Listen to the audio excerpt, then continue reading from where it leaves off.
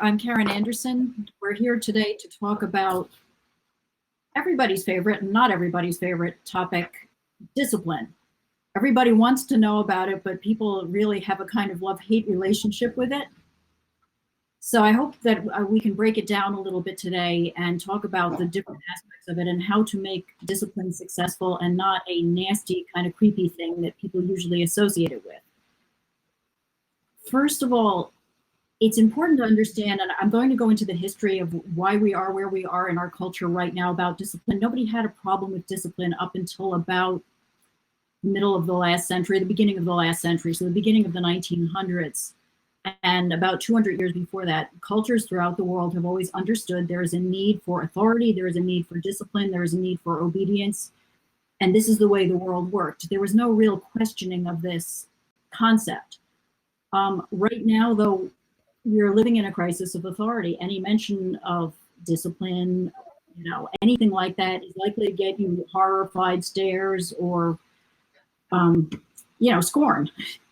So it's important to understand where we are in the universe and what our place is in the universe. If you feel like you're really God, then the idea that anybody else is going to ever tell you what to do is really unsettling.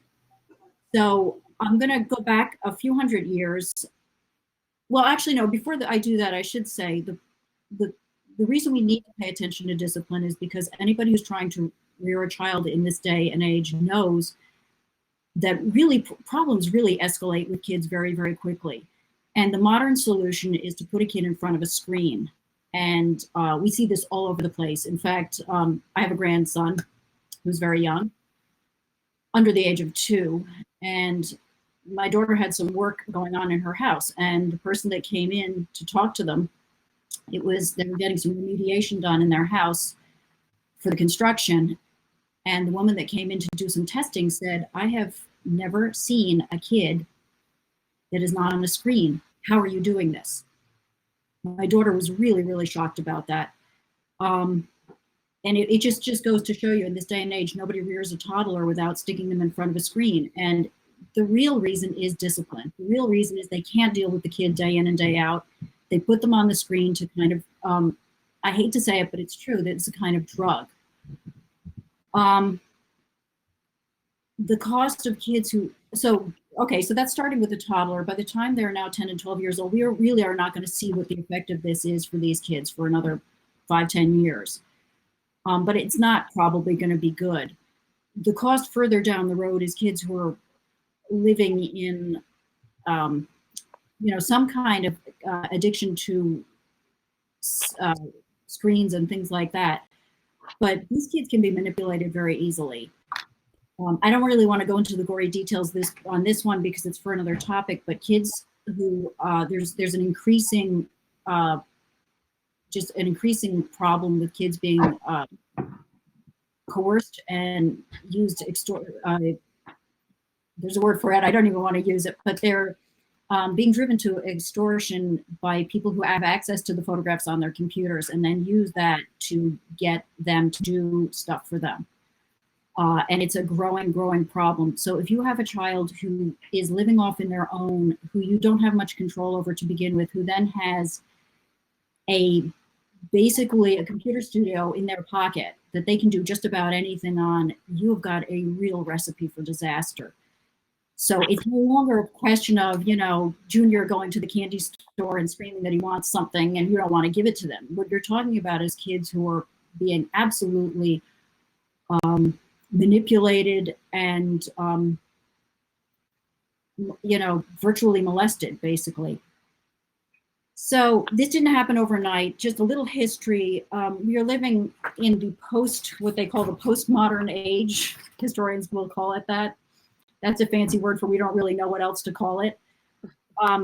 These ideas came about during the Enlightenment. We had a very progressive view of mankind. So up until the Enlightenment, people had the sense that there was a God in charge of the universe, and we were working our salvation out one way or the other. With the Enlightenment, that all kind of went out the window. We ended up with a progressive understanding of man, that man is developing his own reality. He's moving towards his more perfect self. So even the ancients had an idea of self of self-betterment. You know, you have Aristotle and you have Socrates, the idea of man know thyself. In the Middle Ages, this was a man became better, a person became better by achieving sanctity. So with the Enlightenment, you have this idea of a progressive idea. We're not really achieving sanctity. What we are is we're moving towards a better state. So as we evolve, we get better and better. In other words, there's no personal risk, there's no personal involvement in getting better. It's just a question of discovering who you really are. And the more you discover who you really are, the better you'll be. So as you can imagine, this disrupted everything. So bring us to the 20th century. People assumed that these Enlightenment ideas would bring about, you know, a new world of better wonderfulness, and democracy was going to take over. And what we found instead was Nietzschean totalitarianism was what became extremely popular. So that was something to deal with. And we have the 20th century, which is the most deadly century mankind has ever known. So again, then fast forward, you have in the 20th century, mid 20th century, you have a lot of pop psychologists writing books, especially writing books that the popular culture picked up immediately. And most of these pop sociologists were overwhelmingly represented by liars. And we're just finding this out now. I mean, some in the 80s and 90s, some stuff has come out, but you know, this is 80 years after the fact, 60 years after the fact. We have Margaret Mead and her coming of age in Samoa, and she turned out to have made up some of her facts. Same thing, definitely same thing with Alfred Kinsey. David Rosenham of Stanford wrote on being sane in insane places, and he was the one who kind of made everybody look at insane asylums differently. And he turned out to have made up a lot of his facts. A new book has just come out, I think, in the last year or two, saying actually some of his stuff was completely cooked. So we now live in a culture which is really run from the created world. We live in a culture which has denied God, has denied the transcendence of God, and said it's all in this world. We are all just coming to be better people. We just have to rediscover who we are. And the problem that comes with that is it's become defaulted into a kind of a Manichaean view of the world, which is the created world is really bad. So we have the spiritual, what you think is good. If you have spiritual thoughts, you're a good person. What your body actually does is not a good person. So there is a real flight from a corporal body. A corporal body needs discipline. A corporal body needs love. A corporal body needs affection. And if you deny that these things make up who you are and actually change who you are, you're really a Manichaean. You're really somebody who believes it's all in the spirit. Anyway, so our solutions to discipline have to be corporal. They have to be in the world. They have to be of a human being in front of you. It can't be like in your mind. It can't be like, oh, I have this great idea. It has to be something that you can sensibly use in your daily life. So I'm going to move on to the four. There's one thing I'm going to talk about teens for a split second first, because teens really are where the rubber meets the road. When you have a teen, that's where everything starts to explode. And then we'll work back to the younger kids. So I'm going to read you. This is a psychology book. It's a psychology textbook that I had to read, and not all of it was great. A lot of it was actually kind of contradictory in places, but this one was very good. And it quoted a thing about adolescence and self-esteem. And by this, they don't mean narcissism, they mean real self-esteem. Adolescents with higher self-esteem report greater intimacy with their mothers and fathers. This is a quote. In other words, they feel close to and get along with their parents. This is from a study by Field, Lang, Yando et al., 1995.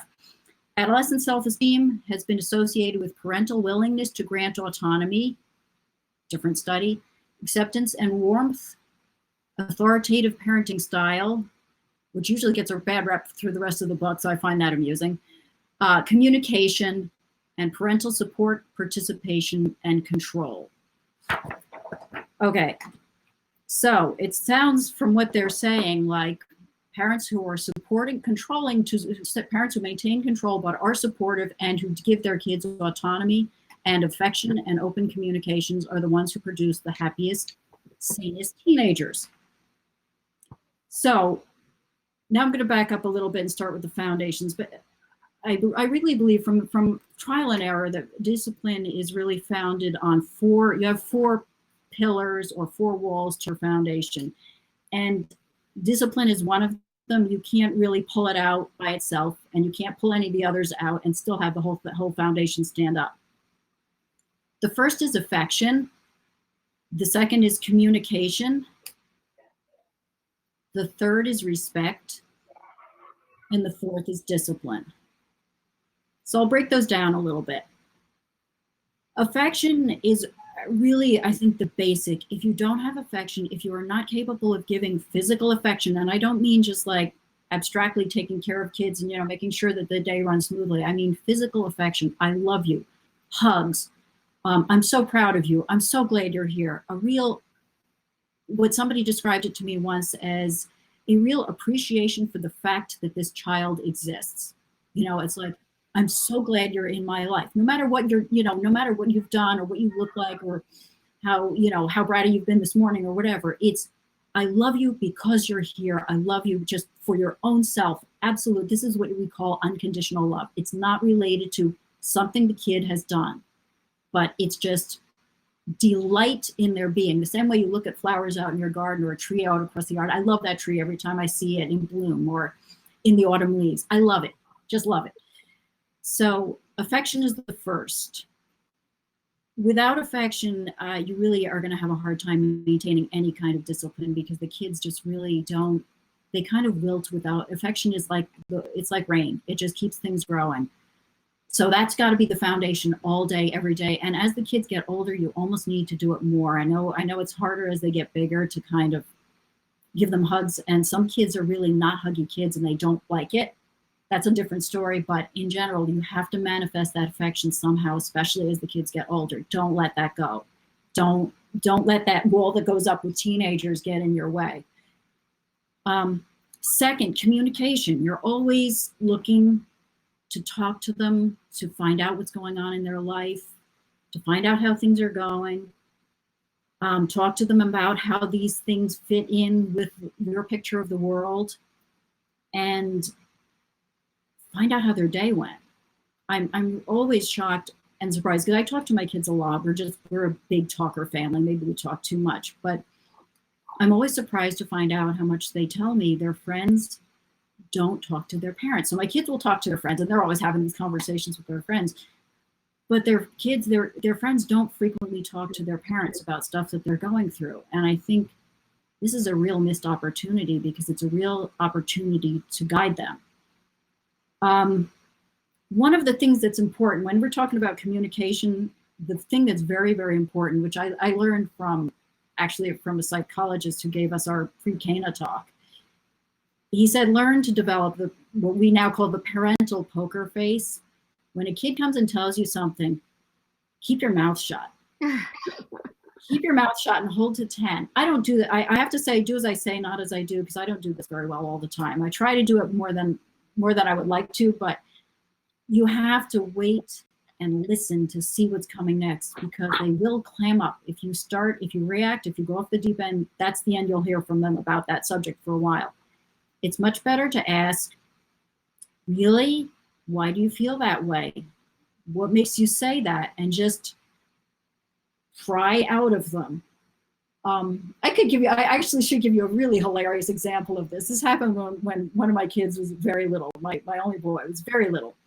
And the kids used to watch movies. There were certain movies I would just let them go crazy with when they were in my hair. So one of the movies was The Sound of Music. And the only boy in the family, loved The Sound of Music. And I one day got really curious about this because, this is really not a boy movie. It's really much more of a girl movie. So I asked one of the kids, why does he like the Sound of Music so much? They said, oh, he likes to watch the scene where the Nazis march across the square. And I just sat there in stunned silence. I'm like, please do not tell your Jewish grandmother this at all. So I had to unwrap this one for a little bit, and just after talking to them, and this is a little tiny kid, we're talking toddler, and I just realized he had no clue what Nazis meant. He just loved the marching scene, you know, stomp, stomp, stomp. He loved that martial scene. So this is an example with a little kid of what you have to do with bigger kids. When you hear something that's completely shocking, that's likely to make your hair stand on, and you have to realize, just wait, let me hear the rest of the story. Let me see what's really going on there. Often it's not as bad as you think it is. Often it's like just this kid venting or is talking about something that's really on their heart, and they really just need to open up. So parental poker face in the communication. The other thing about communication is be listening and looking, and this is something that comes in, which is there are some times that you have a discipline problem where it's got another root, and it's very important to find out what the underlying issue is. So I can get back to that more later. Okay, the third role of the foundation is respect. Across the board, for all kids, for the siblings, for the parents, respect has to be maintained in the household. You can't have kids talking disrespectfully to each other or to their parents. Now, that doesn't mean that your kid is not going to occasionally call his brother a moron or whatever. It just means that you're encouraging an atmosphere where teasing is not really tolerated. You know, you're not looking, kids should not be humiliating each other. That doesn't mean they won't get angry or vent, but they can't be, you can't spend a lot of, you can't really allow a culture of humiliation. And I don't see parents cracking down. I see very many good parents, but I don't see this particular habit cracking down on enough. And I think it is why a lot of siblings are alienated from their siblings when they grow up. There's just a culture of kind of mean-spiritedness that doesn't really ever go away. So very important, if they have respect, they have to respect their siblings as well. You know, not that they're going to get along perfectly, but name calling, you know, really angry, vengeful behavior, or just, you know, ridiculing, especially ridiculing in front of each other, ridiculing in front of their friends, you know, that's a real no-go. And finally, discipline. You have to keep at it. You have to keep persistent, because it's not going to change overnight. You're not going to develop your sense of discipline overnight. So about the word discipline, there are some rules about rules. My rules. You can adapt these to fit your own situation. These are the ones that worked for me. I'm not going to, you know, cram them down anybody's throat. The first thing is, as we were talking about, respect is that other thing. Treat the kids with respect as if they're really human beings. Talk to them, explain things in terms of a just world. What you're after is a situation where they understand the rules and they obey your rules because they kind of get it. They may not love it, but they kind of get it. And I've had many situations where my kids didn't love what I said, but they kind of got it. So you treat them as if they're capable of understanding your rules, you know, and of course this is going to be age appropriate, little kid, you know, no, you can't do that because your sister just, you know, spent 3 hours making that little, whatever thing she just made, you know, no, you can't play with it because it's going to get destroyed and she will be unhappy. That's adequate for a small kid. Rule number 2, and this is, I learned this from that same psychologist, which I thought was great. He said, few rules tightly held. Don't make a ton of rules about things. Just make few rules that are ones that you're not willing to let go of. It reminds me, we were in Virginia back last summer, and we went to the Washington in the college, and they had a museum, and one of the things there, Robert E. Lee was one of the founders. I know he has a bad reputation now, but he had a lot of things right. And one of the things he said, I think he'd been up at West Point, and he said too many rules. So when he started his own college, he said one rule only: always, always behave like a gentleman. It was a boys' school. And I like that. You know, it's like, don't do anything that's you know, unbefitting a gentleman or a lady. You know, always behave like a gentleman or a lady. Rule number 3, and this one gets tricky, but is also interesting. Make the punishment fit the crime. It's like, you know, if the kid didn't do a big thing, don't make it a big punishment. Make it fast and just get on with your life. I like that. I like that. It's just, you can't overthink. It's gotta be, you can't overburden every little thing that goes wrong. And this actually ties into a question that somebody asked. So I like that we can deal with it in this way. Use whatever kind of discipline you can in good conscience use, okay? Make a plan that works for you, okay? It kind of depends on your cultural background and understanding about discipline, and it also has to do with your temperament. Use something that is easy and reasonably, that you can do without really thinking twice about it. So one of the problems you have is, and somebody brought this up, is how do you punish your kids when it involves other people? So your kid made a play date with somebody else, and now he's been a brat all morning or whatever. How are you going to do that? Well, my solution to that is don't punish the kid in a way that affects the other kid. You know, okay, you can go on your play date, but, you know, tomorrow you're not going to get this thing that I was going to take you to do or whatever. Punish them in a way that doesn't interrupt normal life with other people. Because I can tell you as a parent, it's very frustrating when you have a kid's friend who your child has been dying to see for weeks. And then, you know, so-and-so can't play with your kid today because he was, you know, he's being punished for something. I agree with that so much, because it is, I think, humiliating at a point that becomes so public for the child or both the children. It's a little too much. It also, the thing is, it also punishes the other child, and you really don't want your punishment to kind of extend beyond the offense. And that brings me to another thing, which is, as a parent, don't give a punishment that you hate giving, because your kid will use that against you. And it has to be one that really, that you are comfortable with giving, enough so that the kid knows, wow, I better not cross this line, because mom just doesn't care. If she gives me this punishment, it doesn't bother her at all, and it bothers me. The minute the balance of that swings, so that the kid knows that you care slightly more than he or she does, they will be like, wow, this is worth it. This is worth it. I know mom's going to eventually give up because she hates doing this punishment. So think about ways that you can do that without ruffling your feathers. You don't want to get really angry. And that's not to say you'll never get angry. People do get angry. Of course you're going to get angry. Our Lord got angry. People get angry. But make sure that it's something that doesn't cost you more than it costs them. And I think, Karen, the idea of the punishment, if I just step into this, I think the punishment through the years, it gets better and better in their minds, and less punishment. Yes. Because it gives them the concept of not a war of wills. It's exactly. Not your way, but say there's a consequence of our behavior. So we kept a rule in our home that since they were little, that you go into that direction, there's a consequence. There's consequences. It's not that you're on your own, and there's consequences as a family or consequences in your own. And every personality and every child is different, as we knew before. But I think what we did a lot is, actually we did something in what you're saying. I did punish. I punished a lot when they were younger, and I punished less as they got older, because they start owning the values, and then they understand that. But one of the things we did, though, I remember we would put a punishment, and to make them understand the consequence, sometimes we took the punishment the whole family. Like, let's see, we had something we were going to, a typical one is when they were tiny, there's not going to be dessert.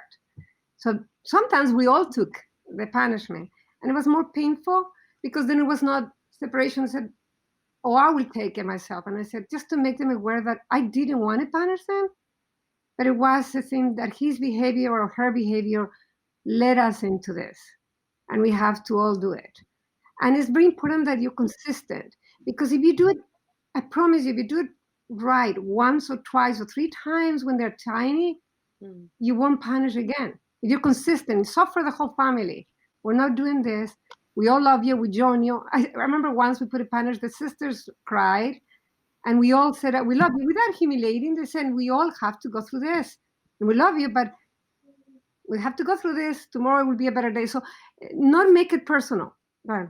I think that's really interesting too, because you operate as an entire family your whole lives, and if one of the siblings grows up really undisciplined, you know, the other, because you are a family, you love each other, you care for each other, the other siblings will accept some and have to suffer with that sibling, you know, unless they abandon them. And so I do think it's important to take things as a family many times, just to say, we're all in this together. God put us together. We don't leave each other out. If somebody is, you know, heaven forbid, has an addiction, we all are going to help you. And if you're undisciplined, you know, addiction is really something that's going to hit eventually, or can. It's so much around you. It was interesting. I was thinking about how you said we might be leaning toward Manichaeism now. Can we talk about that a little more? Because I see so much in the world, people are undisciplined in one sense, but then they are super disciplined with their bodies, with the diets, with the workouts. So I think discipline has sometimes a really good connotation in the world without religion. So what do you think about that? I was just Manichaeism is basically it's a split world, and it very much resembles Christianity, so it can be quite confusing. But Manichaeism believes that there is a God who created everything, and then split off from that is a slightly lesser God which created the world of matter. So the material world is evil. And there's supposed to be, it's very confusing. I don't fully understand what happens at the end of the world, but there's some showdown and we don't really know who's going to win, I think. But there is a kind of if you notice, a lot of the word pure comes up a lot in modern culture. Like I have I think it was some insurance company was using the word pure as their selling point. Like, what does that got to do with purity? It has nothing to do with purity. But pure this, pure that, pure and simple. And it's all got this kind of like new agey thing going with it. And that's because actually one of the manifestations of Manichaeism was the Cathars, which means the pure ones. It's because the body is considered corrupt and you're always trying to purify by denying the body. And ultimately the point is to leave the body behind. So you're achieving kind of a more perfect spiritual state. So perfection is seen in terms of increase in spiritual and a decrease in attachment to the physical. Some of the manifestations of Manichaeism that you might recognize that were also part of the Cathars in Toulouse in France in the 1100s are euthanasia, abortion, vegan diet, so a diet based on no animal product, no product of reproduction, a distrust of all institutions, especially all earthly institutions such as marriage or civic institutions, anti-war, although that didn't stop them from waging war, but that's an interesting paradox. But these are the ideals that they aspired to. And we're talking 1100, so we're talking 900 years ago. And they had a really loyal following amongst the very well-off, well-settled people in southern France. So even if you look at our favorite coffee logo, that's a symbol from alchemy, which is actually a Gnostic favorite. So that's so interesting, interesting the way these themes, even despite our knowing about them, these themes are really running wildly underneath a lot of our popular cultural beliefs right now and assumptions. So back to the discipline, I just want to wrap up a few things, and then I think we can throw out some of these questions, and everybody should have their weigh in on the questions. Things to keep in mind, that you're raising adults, not children. When you see a misbehavior of a child, don't think, oh, that's just cute, that's a little child. When you see that, think, how is this going to translate in 15 years? How is that going to translate as a husband or a wife to somebody else? So you're raising adults, not children. Don't let go of that. Second, don't mess with their plans. So by the same token, when you're talking about respecting your children and you're building you're establishing a situation where they respect your rules because they know you respect them as persons, as they get older, don't mess with their plans and their dreams. And, you know, if a kid makes I've seen this happen, a kid, you know, will make a plan to visit their friends, take that seriously. You drive them to that meet, you know, if you made that plan with them, you said it was okay, you don't mess with that at the last minute and say, oh, I'm going to go visit with my, you know, with my friends. You got to go by the wayside. You have to honor that commitment that you made to them. So I'm really surprised that parents don't think in terms like this as often as they should, but don't mess with their things should be taken as seriously as you would take any adult's friends. You know, you can work that out with them and say, look, something came up. Can we postpone this if it's okay with you? But you can't just like routinely say, oh, you know, sorry, my thing takes precedence over yours. I'm not talking about an emergency, of course. You're also not going to change things overnight. If you're working to establish, you know, a more holistic sense of discipline, don't expect it to change overnight. Start with little steps. You know, just start laying down the law. Don't worry about it going perfectly for a long time. Just work on it. Grace builds on nature, so use the person's personality as an asset. You know, use rewards. If you know certain things are a bad time of day for that kid, don't put them, you know, don't put them on the spot when they're at their worst physically or, you know, overtired. Just, you know, pick things up when a more calm time. Use common sense about things like that. Emphasize a spirit of cooperation, which I think Kathy was talking about, where it's part of the whole household. You know, you need to do your share because we all are keeping the house clean, or we're all doing this, and it's part of what helps us keep moving. You know, we can't do it without your help. You're a necessary part of this equation here. Privileges need to always be earned, and that was a thing that we found very easy to our older kids, is to give them more and more privileges as they got older, because it was like every time they gave us showed us that they were responsible in handling something, we would let them do more. So it became easy to not. I never had to use a curfew. You know, we would sometimes discuss, yeah, you need to be back early because you've got a test tomorrow or whatever, but I never really felt like I had to give a curfew because I knew where they were going and they were in communication with me. And especially open conversation, which is from before. So that's something, especially with the teens, you do have to spend up sometimes several hours at night talking about things that you'd rather get your sleep, but don't give that up. That is vitally, vitally important. A lot of direction. When the teens, it's less discipline and more direction, but don't let go of that direction. It's very, very important. They need it. They really need it. They need a lot of bouncing ideas back on you. So be there for them. Okay, so that being said, should we open up to questions? Do we have time? Yeah. Yes, of course, yes. Okay, the first question was advice for discipline in public. I love this one. This is like the trickiest. This is like the, yes. So why don't you guys weigh in on that? I feel strongly. Yeah, Do you want to go ahead? What, Teresa?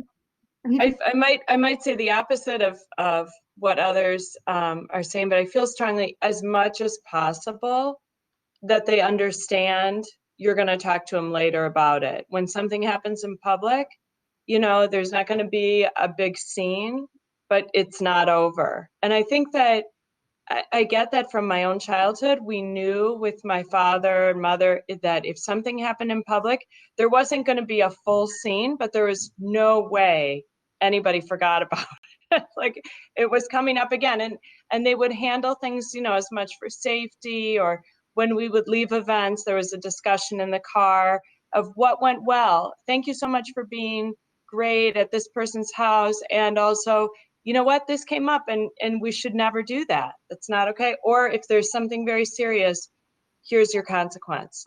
It was never left undone, but it was never, you know, a full scene in public. Mm-hmm. And sometimes you can't avoid it. When they're 2 years old, I mean, you're going to have a crying child and carry them out of the restaurant. Yeah. There's nothing you can do. But anyway, that's my 2 cents. What do you think? Yeah, I agree. It's like having a culture of home of discipline. I feel like, you often hear people say like, my kids are, they're allowing them to express themselves at home. So when they go out in the public, that they're able to be self-disciplined. But the culture of just basically allowing them to create their own language, right? So like, I didn't do this when they were little, but in recent years, just creating like family mission statements and scripts, and this is what we do when we go to somebody's house, or having the talk on the way over, and having them understand what the expectation is of them, so that and again, like you said, Teresa, just to recap on the way home, that's powerful, just to be grateful and thank them for the things they did right, and maybe talk about the ones that didn't go so great. And I was thinking, when they are little tiny, I remember because the times I was raising, I don't know how it is right now, when my kids were babies, little ones, they know the tantrum age, and I'm going to jump from the tantrum to the eldest. I was told to never let it go too far, to stop early. And I think this applies to everything. When the child was getting tired, and it was to stop it early. And how do you stop a child? Because later when the tantrum is in, there's nothing you can do. But in the society in general, you were not allowed to punish your kid. Yes. They were worried about abuse. I love my children with all my heart. I will never abuse them. But I wanted to teach them that there's consequences. And I knew that a 1-year-old, a 3-year-old cannot, psychologically, mentally, intellectually, cannot understand the sense of consequences as an industrial way, and in a way of concept, but more, and it's completely different. So I remember being first I stopped early. And whenever I saw that they were trying to get out of the way and trying to get their own way, I would take the kid. I remember once being in the mall, and she was acting. So I took her to the bathroom. I ran to the bathroom. We ran to the bathroom. Somebody gave me that advice, and I was sitting there and I said, "Stop it!" And it held a little bit hard there, but the ladies in the mall ran after me to see what I'm going to do, because they were so concerned I'm going to hit her, punish her. So this is a little bit of it was a little bit you have to deal with what the others could take it wrong, but I had to stop this before it's too late. So I would put her in the side, and I always kept that, put the child in the side between me and her, and say, "Stop it, no more," before it gets too far. And then as they got old, also I learned that the punishment should be by the age. So if it's a 2-year-old, you give it 2 minutes. With some of them, I apply like 2 minutes in the corner, and they knew that. You misbehave until you can't control yourself. 2 minutes in the corner, you're 2-year-old. 3 minutes in the corner, you're 3-year-old. And I remember one of them coming, she was doing wrong, and turned around and said, she ran to the corner herself because she knew the consequence that is going to come into. Some wanted to manipulate, then I create a new punishment, so they understand this consequence behind. Mm-hmm. So it is, I think it's an art. You have to figure out the personality of the child. I don't know what you think. You go by the child, and as they grow up, it's like needling a blanket. Am I using the right word, needling? Needling a blanket. As it comes, you create in their conscious. They're creating that they own it. They own it. They are building into their own that self-control, that sense of order, sense that they are taken care by us and protected, and that the rules we put them are rules of love, not of personal. I want to get my way against your will. It should never be a fight of will, right? Absolutely. We have to be very careful that it's not personal. Whenever I have lost it, I don't know what you have done. I remember once I lost it, and then later I have to calm myself and take her in the side, and they push you and they make you look, which is human. But most of the time it is, they love rules, by the way. They love rules. Children love rules. Do you agree with me? Yes, actually rules give them a sense of calm. There's two things that discipline do to them. It actually produces an interior calmness. And I have to say the kids I know who are the most calm and self-possessed are the ones who were raised in a more strict environment. Not like crazy strict, but just like normal strict. where they knew there were boundaries and they respected those boundaries. So it produces a calmness, and it also teaches them a sense of cause and effect, which I see so many young people just don't get it. It's like they don't really understand the relation between cause and effect. So I do think that. I had it once. One of my kids had a punishment. He was punished because he was not allowed to have some drinks that he likes. And then I forgot about it. So we were running, and he came and said, "Oh, I'm punished. Why are you giving it to me?" And then I realized he likes it. He likes that. He knows. He's understanding. And probably he was right. So it gives them. I remember my husband put rules that apply to our family. Certain days you can have we have dessert. Certain days we do this.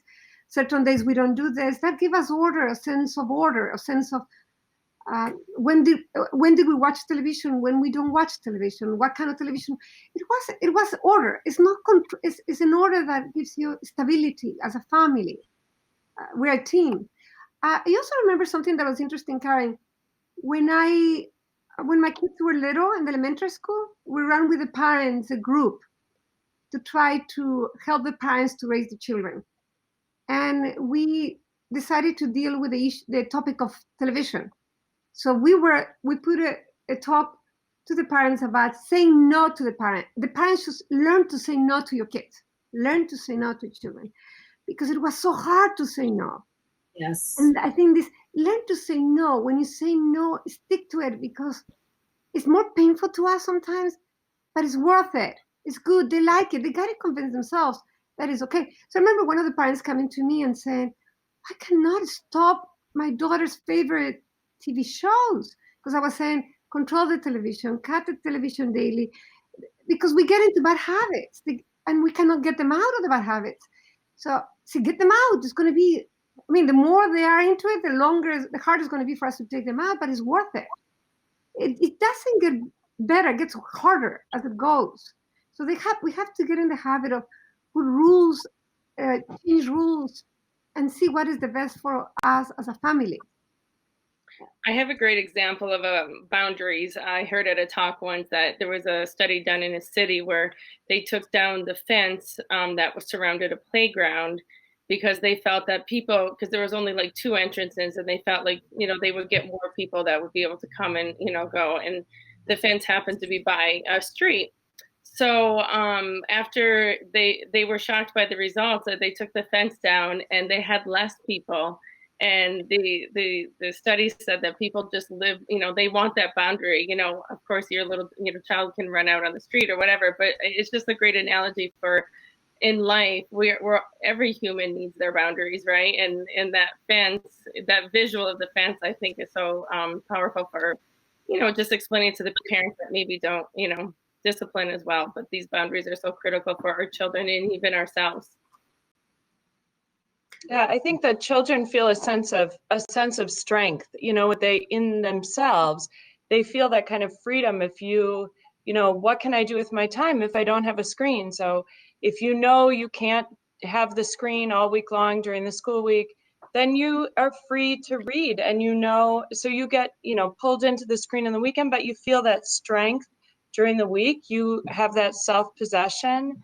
And you're free to do something else, to do something quiet and creative. And so I think that happens with any time we discipline them, take something away and they fill it in with something, that is strengthening them. That's positive. Very important, positive punishment, positive approach, being very positive in the way we raise them. There's one thing that I wanted to also tell you, Karen. I saw with little kids, and I stopped this because of my culture. It was unacceptable, but with extreme that I would never allowed it. But I'm realizing it. I'm going to go to specifically what it is. But I'm going to tell you now that I see that my kids are very, very, very grateful that I did not allow it, and that was to be not respectful to Nikolai, my husband, and to me. That was completely unacceptable. not because I thought I was God and I was better, because they needed to feel, they need to look up to somebody that they respect. And I find society dissolving that. Yeah. You need to look up to someone and feel that we're protected, that we respect them. The moment we respect them, they respect themselves as well. It's like a reciprocal. It goes recycle itself. So when the little ones go, I see, and they kick their parents, or that should never allowed. Child should never lift a hand to their parents. I'm going through the early stage. To never let them say no. Absolutely, they should know that what they love, that human being that they love, is protecting them. So the moment they're able to kick on, or they're crossing the line of their own stability, of their own sense of protection. Yes. A kid who is able to do that is quickly becomes a very fearful child. First, they start acting out in very rebellious ways towards others, and then they really develop a sense of fear and lack of confidence, because it erodes their confidence in any kind of order. So yeah, that's for real. I wanted to say two points that I thought people brought out in the last thing that were awesome were the idea of try to avoid the discipline in public. I found that just freaks out people, and justifiably it freaks them out. Like, I mean, I think people should be more cool with parents disciplining their kids, but they just aren't. So you don't want to show them that side. I definitely think moving the location, if the kid is acting up so badly, you need to do something. Just take them out of the situation calmly and say, okay, we're going to talk about this later. Even physically changing the physical location, even in your own house, sometimes helps calm down a kid who's freaking out. Just changing anything, changing the scene. The other thing was the reading, talking to them ahead of time. When you have to deal with a difficult visiting situation where there is likely to be something going on. I had a friend who had a relative who would kind of manipulate her kids when at their house. And so she had to talk to the kids ahead of time. Look, this and this, if this happens, and if I say this, we are leaving. Don't even think about making an excuse. You know that when I say this word, this is it. So talking to the kids ahead of time, predicting some of the behaviors and letting them know you will be watching for that is extremely helpful. So yeah, I would not recommend disciplining in public. I would recommend, unless you can do it very subtly, and sometimes it's the word or the look, and they know what's coming. They know that they're gonna have to be accountable for that later. But yeah, so those are good. There are some more questions here, Caddy. I had one more quick thing. Is like somebody said it before: consistency. Whatever you choose. For any situation you have in your family, sit down with your husband and come up with a plan, right? We're going to this is the script we have for our kids. We're going to the playground. This is the script we have for our kids. So it's like, it's almost like you speak the same language. So if you start that at a young age, they learn. It's always it's the same message, and they'll grow with that. And I want to say something. We're running out of time, but we're going to continue this topic. We have 3 sessions, I believe, on this. And the future ones, we will have actually kids. And we will have a couple of young adults joining us to discuss about the discipline and how they perceive it and what they like the most. Because it's so nice how when children grow up, they go back and they say, I'm glad you did this. I'm glad you did that. And also, why did you do that? But it would be nice to have them present, and it would be very nice for all our listeners to hear from the products before they have their own families and they forget. But so we're going to have that in the next section. But I want to say something about raising children, because these are just ideas in the air, and every family is different. But there's something that is beautiful about raising a family. It makes you grow. It makes you more disciplined. It makes you more order. Anything you want to bring to your kids, you have to live. So, and we have to take it as a positive thing. I want to bring this, give them the best. Therefore, I have to be an example on it. And I have found that through the years, my husband and I have grown a lot through raising the children. And our bad habits have to be controlled, and we have to put order in our lives. And we have to be cheerful, and we have to control our outbursts or our worrying too much about ourselves and think about them. and separate ourselves, thinking about the well-being that for the kids. It's good for the husbands to be in charge of that order and us execute it daily and modify and organize it and build that atmosphere of that culture of your own family. I am a woman of faith, and I want to add one more little thing is that I do bring, when I punish my kids, and now that I have young adults, before I talk to my kids in a side, intimately in a side, I do bring it to my prayers, and I ask God that that whatever I'm going to do, I'm doing it for the well-being of my child or the person that I'm correcting. So my intentions are clear. Not always going to be, but I try to do that as often as I can. So I think that too.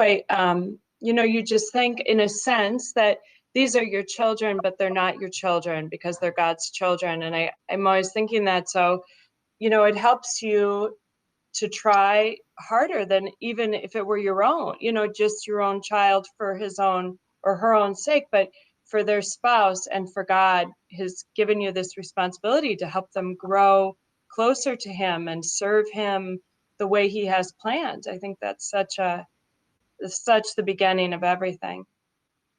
Thank you. So we ran out of time, and we will meet next time with the second part of discipline. Probably we continue with the topic, or most likely we will have a couple guests, and it's going to be exciting. Great. Thank you for everything. I'm just going to close a little bit that we didn't have in the previous sessions. This is Karen. Can you again say your full name and your kids, the ages of your kids, and each one of us remind everybody our backgrounds? Oh, okay. I'm Karen Anderson. I have 5 kids. The oldest is 25, then 23, then 21, 25, 23, 21, 18, and 16. Michelle? I'm Michelle Antonucci. My husband and I have 3 children. The oldest is 14, and then 12 and 10. And I'm Teresa Hirsch. We have 9 children, so I'll just say from 7 months to 21 years old. And you have how many boys and how many girls? We have now 5 girls and 4 boys. Ah, that's wonderful. And I'm Kathy Lund, and I have 3 girls. And I have 2 stepchildren.